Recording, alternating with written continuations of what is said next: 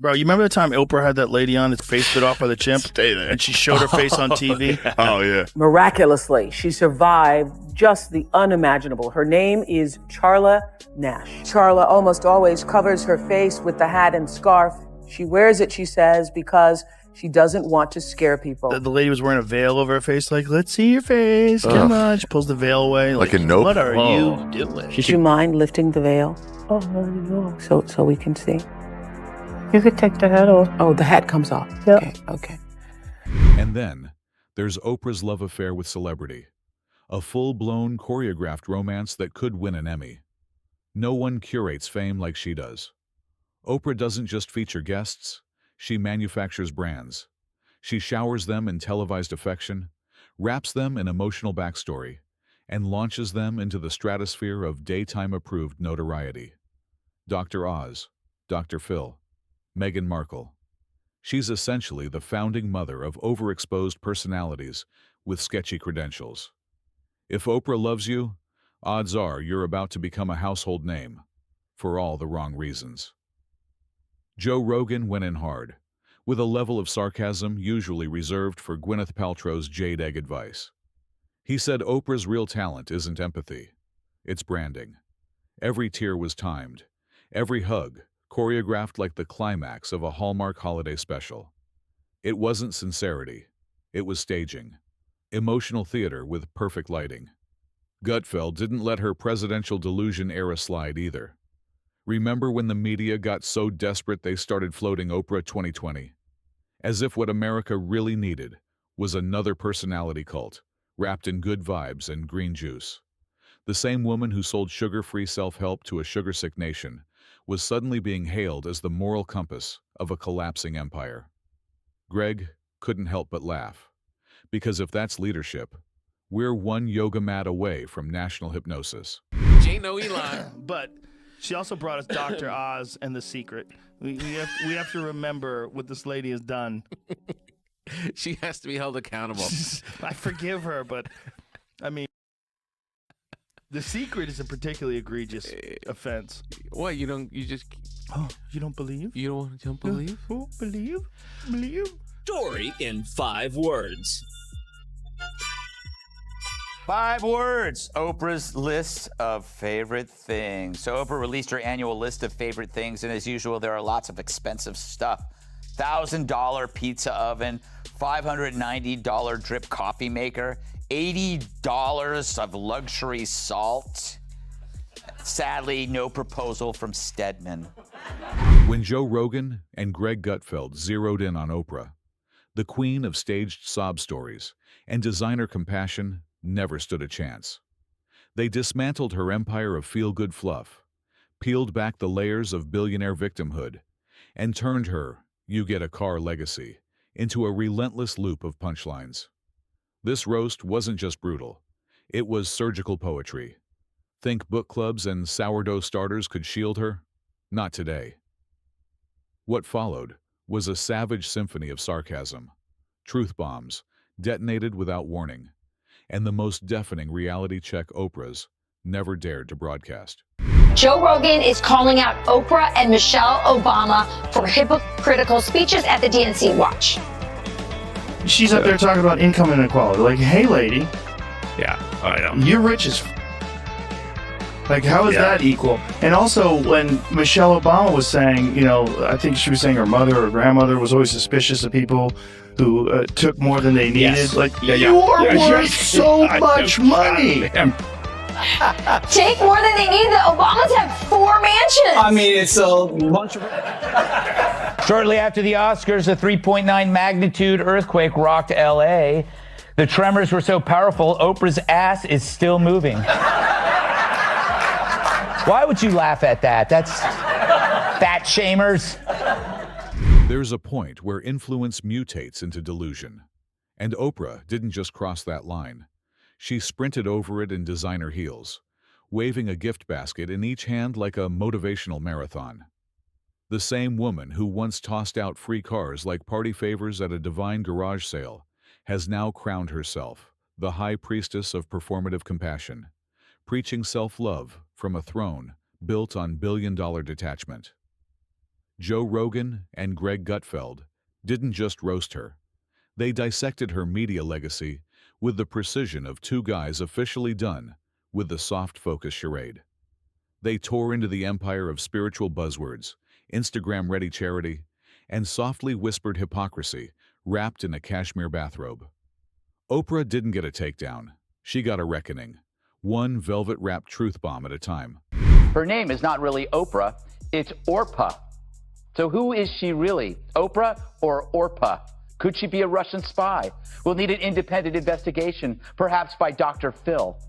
But really, this is fake news. The real news is that the Democrats and the media are already thinking about 2020. It's natural in team sport politics to only see elections as the game and not all those days in between. It's like the next 4 years are the world's longest halftime. And yet, the most baffling part, Oprah still insists she's one of us. Despite the private jets, sprawling estates, and golden retrievers with skincare routines better than most humans, she clings to the idea that she understands the struggle. It's like Jeff Bezos throwing on a red vest, standing behind a checkout lane and asking why no one buys the act. Greg Gutfeld nailed it. If Oprah really wanted to connect, she'd film her next show from a studio apartment while juggling overdue bills and buffering Wi-Fi. Until then, she's just another celebrity in a costume closet full of faux relatability. And Joe? He laughed so hard, he nearly choked on his protein shake. Because let's be real, Oprah didn't build a movement. She built a marketplace.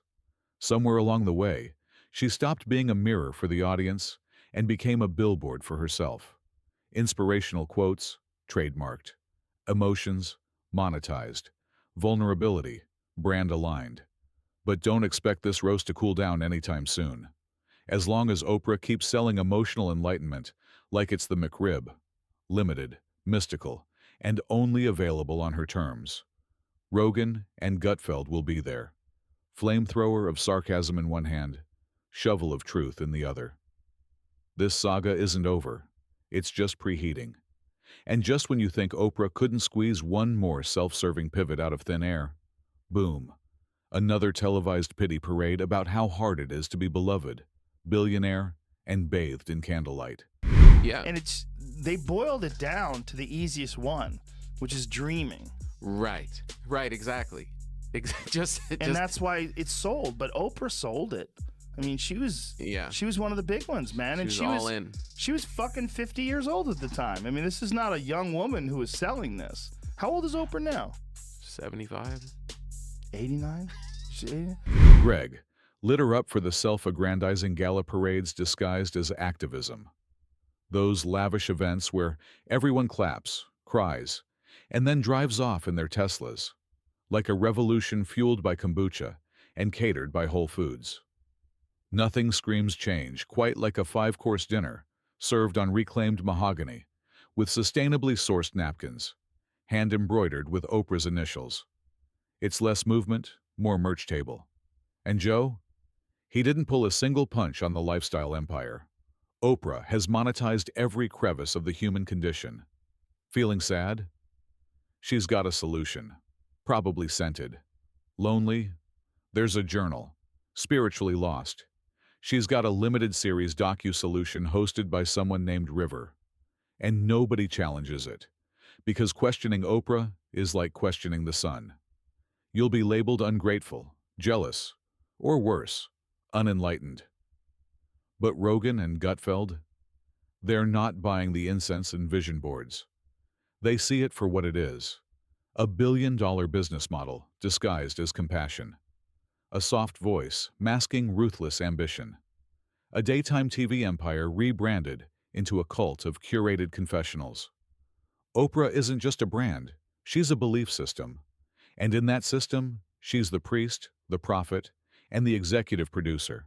Oprah's an icon who, unlike traditional politicians, could match a wild card like Donald Trump. And if she won, she could give everyone a free car.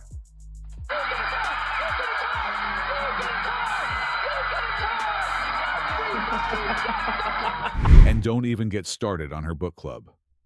What began as a literary spotlight quickly morphed into a cultural sledgehammer. When Oprah picks a book, It's not a suggestion. It's a royal decree. Authors go from unknown to household names overnight, only to spend the next 6 months fielding soft focus interviews about how they wept on her couch. She didn't just make reading popular. She turned it into an emotional cage match, where every character must be trauma-soaked and every ending wrapped in a Hallmark epiphany with a side of gluten-free banana bread. It's like the Empathy Olympics, and Oprah's the only judge, contestant, and medal presenter. And then, there's her obsession with living your truth, which in practice translates to be authentic, but only if it matches my brand guidelines. She preaches empowerment, but only hands the mic to those who fit her carefully curated narrative. You're not getting raw, diverse, unfiltered stories. You're getting sanitized, emotionally packaged, group-approved showcases, tailored to fit perfectly between commercial breaks and feel-good music cues. It's not truth. It's branded vulnerability in 4K. Oprah's doing an episode on psychedelics. God bless. How about that? God bless. I mean, she's definitely done it. Yeah, you don't do a fucking... Are we rolling yet? Are we rolling? Yeah? Yeah. Yeah, you don't do an episode on psychedelics unless you fucking visited the Unless Maya. you dabbled. Unless you got in there. You think it's ayahuasca or mushrooms? Most of those fancy people like to do the ayahuasca. Yeah. You know, because then you can claim spirituality above all other people. Oh, you I've think done there's it. like a pretentiousness? Oh, 100%. There's a... I've done it. I've experienced the Mother God. Yeah. The God. Yeah. I've experienced Gaia. Yeah. It's like, I think people really do experience that, but also there's a certain type of personality that wants to let you know that they're enlightened. And Greg? He took one look at Oprah's Maui disaster response and tossed subtlety out the window like last season's giveaway. When wildfires reduced homes and lives to ashes, Oprah's version of helping looked more like a real estate grab than relief, snapping up land like it was Monopoly night, all while handing out assistance like she was auditioning for the role of humanitarian Barbie on a live stream. She rolled in with a full camera crew, a perfectly practiced sympathy face, and that signature brand of detached concern that quietly screams, "I'll care deeply until my brunch reservation." Greg didn't see a relief effort. He saw charity cosplay, complete with filters and framing. I looked at this list, and you know what wasn't on there? Anything about Maui, right? At one point in time, she and The Rock made that video to try to help out everybody who was hurt by the fire. And then that was just quickly discarded. She's like, okay, that didn't work. Who wants slippers? You want slippers. You get a pair of slippers. You're all getting slippers. Do you think she might have given some money and not talked about it? I do that a lot. You never hear about my charity, because I won't tell you. No one. Rogan didn't hold back. He noted that Oprah doesn't walk through life anymore. She glides, surrounded by an entourage of wellness whisperers, quinoa-only chefs, and stylists who've mastered the look known as humble rich chic. Her brand has evolved into a soft-spoken sermon machine, dishing out vague spiritual affirmations, while casually endorsing pseudoscience and hawking 200 candles that supposedly smell like enlightenment. And maybe a little bit like tax evasion. He nailed it. Oprah's empire is motivational junk food. Tastes good, fills nothing, and somehow leaves you blaming the universe when your car gets repossessed. But it was Greg Gutfeld who landed the coldest truth. Oprah doesn't sell hope anymore. She sells distraction. While Americans are choking on inflation, drowning in chaos, and watching the middle class crumble beneath them, Oprah's out here urging them to find stillness on a $3,000 meditation retreat led by someone named Sage Moonflower. Meanwhile, her net worth floats higher than her moral high ground, and she's still handing out advice like she's not part of the problem. I want to be rich. I am rich. I imagine myself flying. I can fly. I will beat my wings until I take off. What's up? Yeah. It was one of the more I want to say disturbing, but it was confusing when that was taking hold with people. When I had friends that were telling me that the secret is real and that they imagined they were going to fulfill these childhood dreams that they had about whatever, being a fucking astronaut, whatever it would be. There's a couple people that I knew that were trying to tell me that the secret was going to be the thing, and that they had a vision board and they had photographs. They put pictures up of the things that they wanted. Like them in front of large crowds and shit. And I'm like, oh boy. Them in front of large crowds. This is so not how it works. She didn't just show up with cameras. She followed it up by creating a fund and then asking everyday Americans, many living paycheck to paycheck, to chip in. That's not charity. That's a social experiment in audacity. Gutfeld torched it, saying watching Oprah ask struggling folks to donate while she juggles a real estate portfolio that looks like a Monopoly board on steroids is like watching a lion ask the antelope for leftovers. This wasn't philanthropy.